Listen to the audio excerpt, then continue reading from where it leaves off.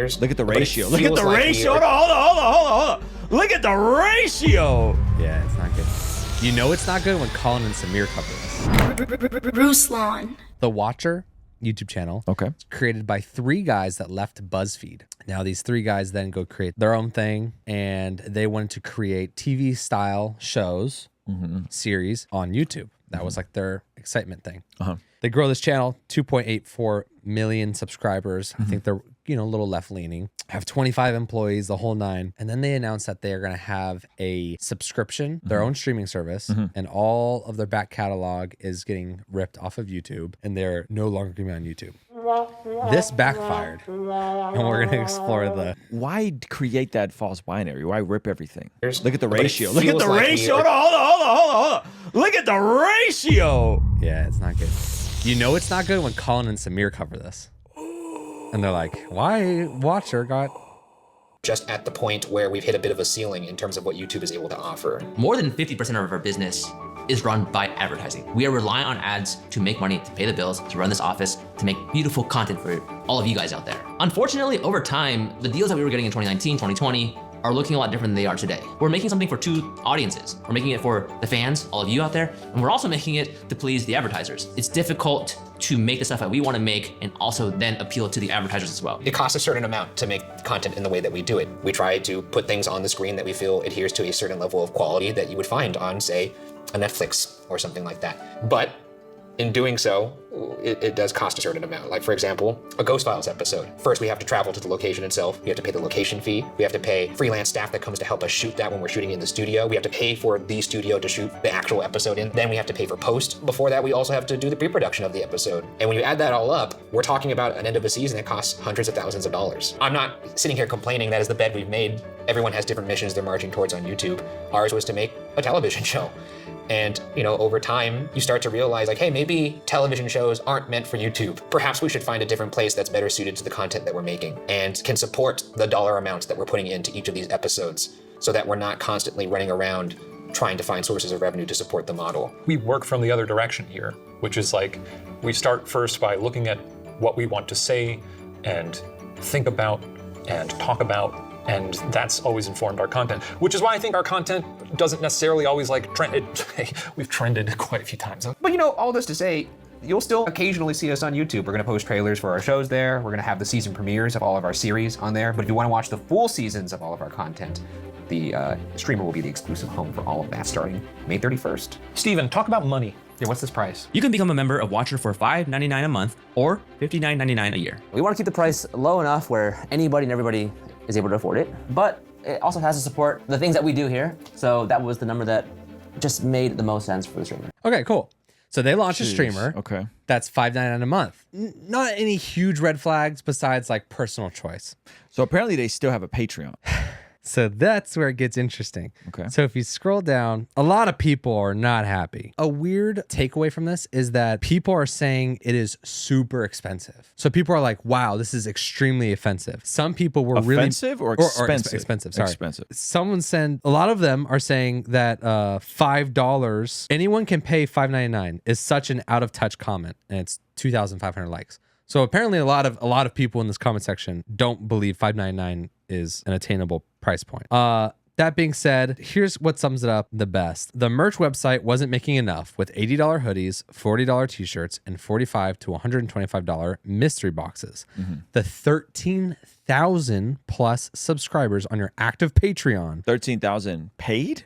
Paid subscribers with a minimum of $5 a month, donations, and higher tiers of $10, $25, and $100 a month. The monetization of your YouTube, 2.8 million subscribers, Instagram, Twitter accounts, and the ongoing sold out tour shows, the podcast profits, none of that was enough. Instead, you felt obligated for the sake of production quality to add another streaming service that you want your audience to juggle solely for exclusive content. Your apology video doesn't break these costs down. And so the people on Patreon don't get access to the streaming service, even if they're paying the same price. They then have to go pay for an additional streaming service. People are also pointing out the fact that they're trying to compete with Disney's and Netflix and all this stuff with their quote unquote streaming service, but they don't have Marvel movies. They don't have, they don't have the acquisition that something like that would have. Someone said, you might as well change your name to Watch. They were Watcher before. So now they have their update video. The apology. Yeah, and we don't got to watch it, but you get it.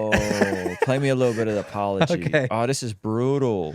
Okay, you get it. Last Friday, we announced that we're leaving YouTube and launching our new streaming platform. We messed up. A lot of you spoke out with extremely valid comments and concerns, and we want to take the time now to address those. We've been reading the things you've been saying, and we're sorry for the way we handled this, as well as the way we communicated it. We understand where you're coming from, and we're making immediate changes. First, we want to affirm that you are the reason why we've been able to do anything at this company. You helped us every step of the way when we left BuzzFeed to start Watcher at the top of the pandemic in 2020. You've supported us in so many ways by watching our content, attending our live shows, buying our merch, becoming members of our Patreon. They pretty much acknowledge people, and then they announced how they're switching the business model. If you want to watch our shows early and ad-free, you can catch them on the Watcher platform a month earlier. After that, you'll be able to watch our shows on YouTube for free. For those that have already subscribed to the platform, we are so grateful for your support. But if this change has you rethinking your membership, we will issue a full refund. And all past episodes and series will remain available on YouTube. As for the question of why we decided to launch our own platform, when we started Watcher in 2020, we wanted to create shows that we were proud of, that we had ownership over, and that would provide you the caliber of content that we felt you deserved.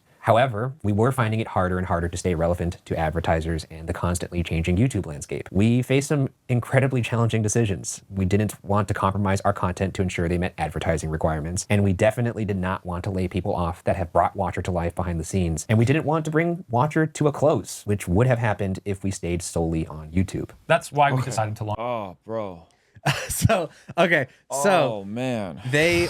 they pull back on their entire thing, which is we're goodbye YouTube. Now they're like, okay, everything's still going to be on YouTube. We're keeping the back catalog. Everything's actually going to be released on YouTube later, but you can get everything a month early. So basically, they have a Patreon app, like their own. But they still have an active Patreon, people are saying. And they still have an active Patreon. And so the biggest backlash that I think was valid, extremely valid, is the out of touchness of trying to take themselves off the platform, but also having a pretty decent business model, a lot of different revenue streams, but still acting like they need to make the main thing not the main thing. Now, what also bite them in the butt is all the people complaining about $5.99. Like there was genuinely people being like, yo, I would have to skip dinner I would have to not eat to afford this or whatever. They're saying crazy things. I think they had a more leftist ideology growing up or coming up, and then people in the comments were saying they used to dunk on capitalism and skits and stuff like that. So come full circle, they've also created an audience of maybe a little bit more entitled people that have like extreme broke boy mentalities as well. But I want to know your thoughts on this, because this is heavy. Man. I love seeing the visible pain.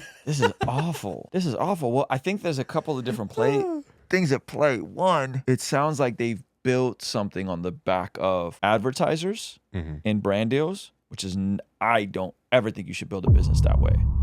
Yeah. You are setting yourself up for failure, trying to build a business on the back of brand deals. You're exhausting your audience. And two, it sounds like they had a very inflated staff. Yeah, like 25 folks. That's a lot of people for a YouTube channel. Yeah. So I think they also inflated their staff. They built a business on the back of brand deals, an entertainment business at that. And then I think it just sounds like it was inflated. The costs were inflated. Their operations were inflated. They were generating good money. Listen, we don't do any brand deals here. Yeah. But they're doing tours. Yeah. They got brand deals, and they got AdSense, and they got a Patreon, And they got merch. and they got merch. Not just a Patreon too, a very successful Patreon. 13,000 active Patreon. We have 2,200 or 2,000-ish. We have 2,000-ish. That's a solid, healthy business where if you, but I bet you the way they were paying people Yep. was, if what you're saying is true about their origins, was probably not in a, let's give everybody some skin in the game and create incentive structure so people will hustle and be more efficient. The team will be hustling and more efficient. Yeah. Which is capitalism, but let's just pay everyone a livable wage, and regardless of what they generate, and then you have this inflated model. Yeah. Well, and it sounds like a lot of industry standard vibes snuck into how they Yes. operated their business, Which which is we how wanted you to get create inflated. TV Yes. shows for YouTube. And so it's not even like the money is going to their team at an unjustly rate. It's also like it's paying for outside things that they probably rentals on cameras, rentals on spaces, the permits and all it's like, how do we accomplish the things without doing all that stuff? Right. Interesting, scary. Now, what do you think about putting this up behind the paywall? What do you think is the I think biggest? it's a terrible idea. I think the model moving forward for any creator, if you want a membership, is a freemium model. Everything goes out for free, but if you want it early, you pay. Yeah. I think this is the model that we'll use and have used for the replay of our after party for our podcast. I think that's reasonable. You want the full pod before it hits YouTube? Pay. Yeah. Chosen, You want the episodes early? Pay. Yeah. It's fair. Yeah. Right? I think musicians played themselves the most of this because they were all psyop by this dumb, you got to be on Spotify and Apple Music, where you could have just said, no, I'm putting my music only on iTunes and my own website. And if you don't pay, you can just wait 2 weeks, 3 weeks. That was initially what Taylor Swift was doing. And then they all got psyoped into believing it has to be on Spotify the day it comes out. And that's why the music industry is in disarray. And that's why independent artists are struggling. Because for a while, people were saying, yeah, I'm going to go iTunes and my website for 2 or 3 weeks. Yeah. And then when I feel like it, I'll put it on Apple Music, Spotify, and whatever.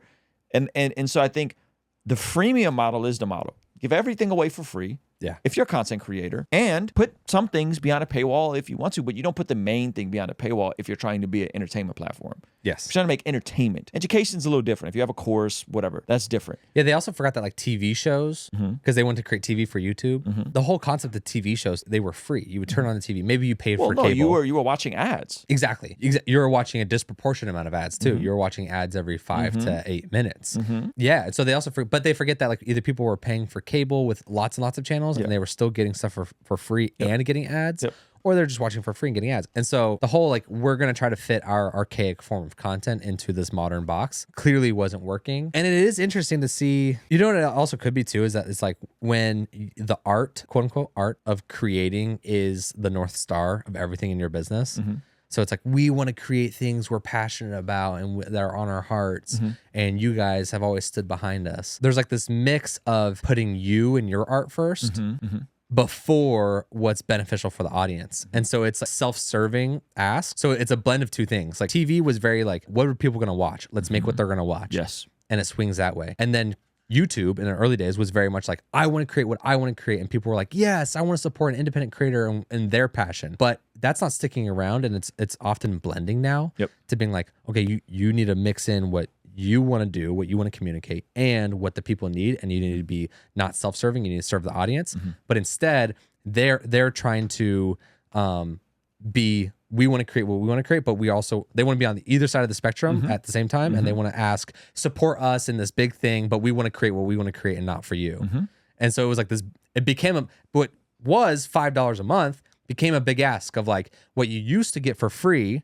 Now you have to pay for because we want to create this You never stuff. want to do it that way. Yeah. Never want to do it that way. According to the Bible, that prayer is extremely important in terms of us being transformed from the inside out when we get aligned with God's will. For the Christians watching this channel, I want you guys to implement these spiritual disciplines in your day-to-day life. And the only way I've been able to do this consistently is through writing down my prayers in a prayer journal that does a few things. One, it allows me to reflect and come to God humbly and ask him to move on my behalf. And two, it allows me to document my prayers, which ultimately help me remember the very things that I was praying for and see the hand of God tangibly in my life when he answers them. So I would urge you, consider writing down your prayers. It could be in a blank notebook. It could even be on your phone. Or you could check out the one I personally designed and used from my own quiet time and spiritual discipline that I think will be a huge blessing. It's the exact structure and system that I've used for years to pray and be more consistent in my spiritual disciplines. You can pick yours up today by clicking the link in the pinned comment below. All right, I'll see you over there. Peace.